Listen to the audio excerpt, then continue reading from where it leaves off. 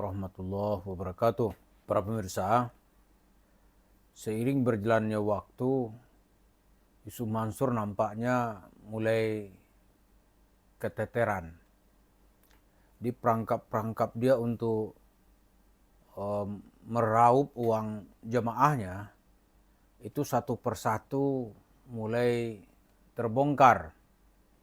Nah, yang sekarang yang lagi ribut di Pengadilan Negeri Bogor itu Baitul Mal wa Tamwil Madani Darussalam.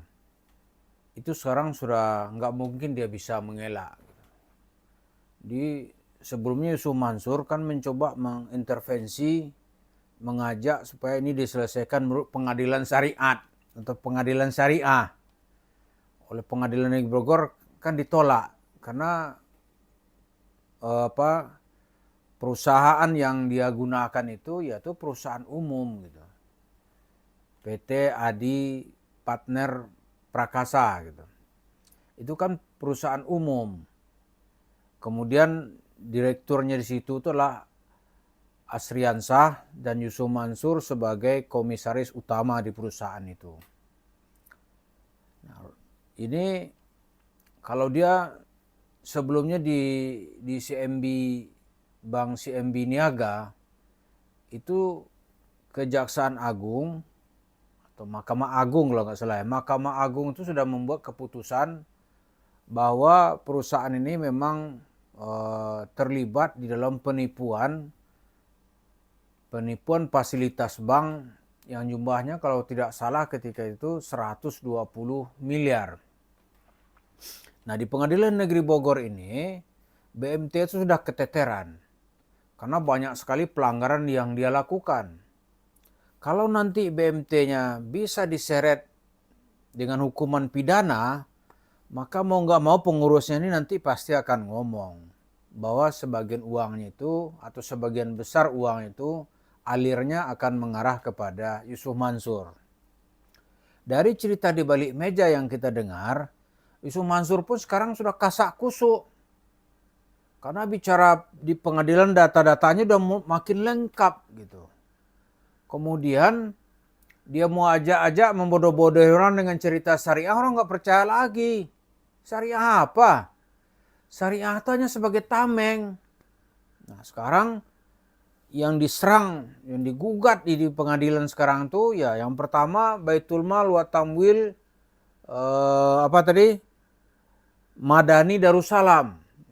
Yang kedua itu yang digugat itu Darul Quran. Darul Quran itu ya juga punya Yusuf Mansur. Yang ketiga Yusuf Mansur. Ya kan?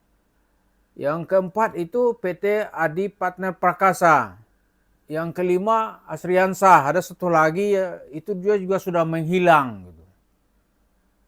Nah, tinggal nanti kalau di satu Baitul Mal wa Tamwil Damai Darussalam ini gitu.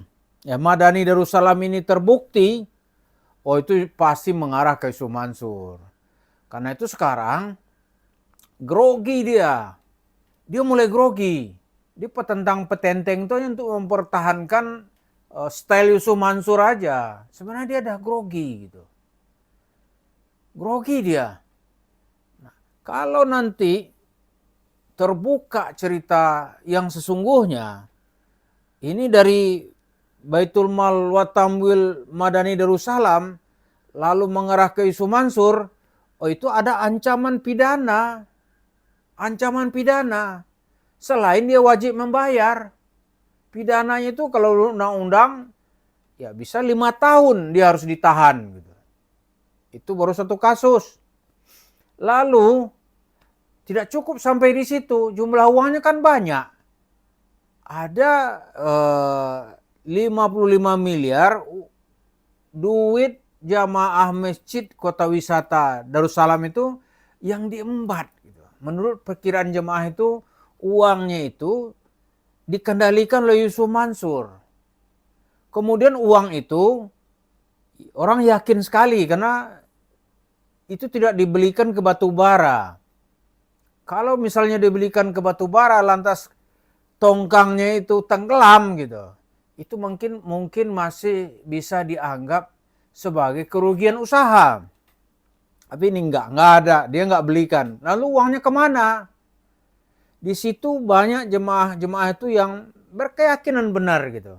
Uang itu dibangunkan Yusuf Mansur untuk membangun usaha bisnis warung steak and shake. Jadi itu dari uang nipu-nipu, tinggal sekarang alat bukti gitu. Kalau itu terbukti, itu bisa dijadikan pasal pencucian uang, itu harus disita. Karena itu Sumansu sekarang nggak bisa petentang petenteng. Data-datanya makin kuat. Kalau sebelumnya kan hakim bisa aja digertak sama dia, nggak tahu lah. Pokoknya ini diadili pengadilan syariat. Berhenti kasusnya. Seperti di Pengadilan Negeri Jakarta Selatan. Dulu tuh kan mula-mula dimenangkan oleh Zaini Mustafa itu. Tahu-tahu itu dihentikan. Tapi Zaini ini kan nggak bisa berhenti sampai di situ, dia gugat balik gitu. Nah akhirnya atas perintah Mahkamah Agung kasusnya harus dilanjutkan. Nah jadi sekarang cerita syariah itu kita lihat cerita bagi orang-orang yang ingin jualan Islam, bukan karena dia ingin menerapkan Islam, jualan Islam. Karena dari jualan Islam itu dia dapat duit banyak. Dan itu yang dikerjakan oleh Yusuf Mansur. Iya kan?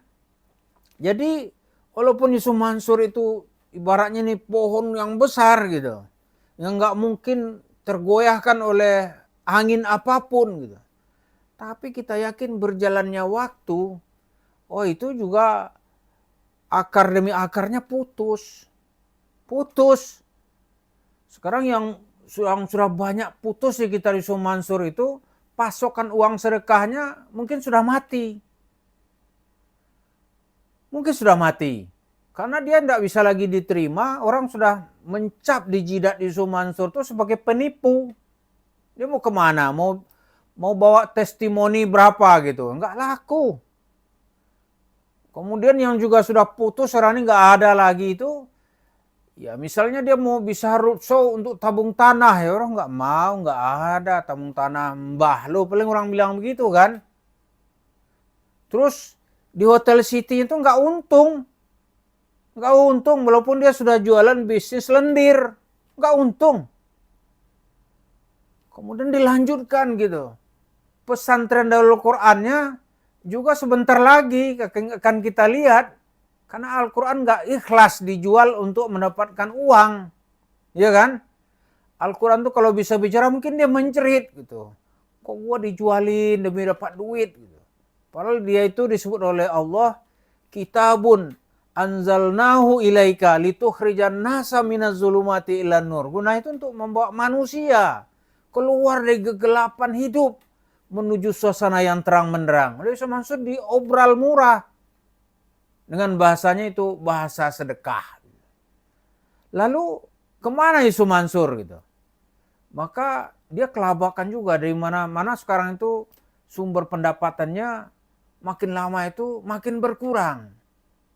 Nah terakhir dicabut oleh OJK itu yang katanya perusahaannya triliunan, katakanlah begitu ya.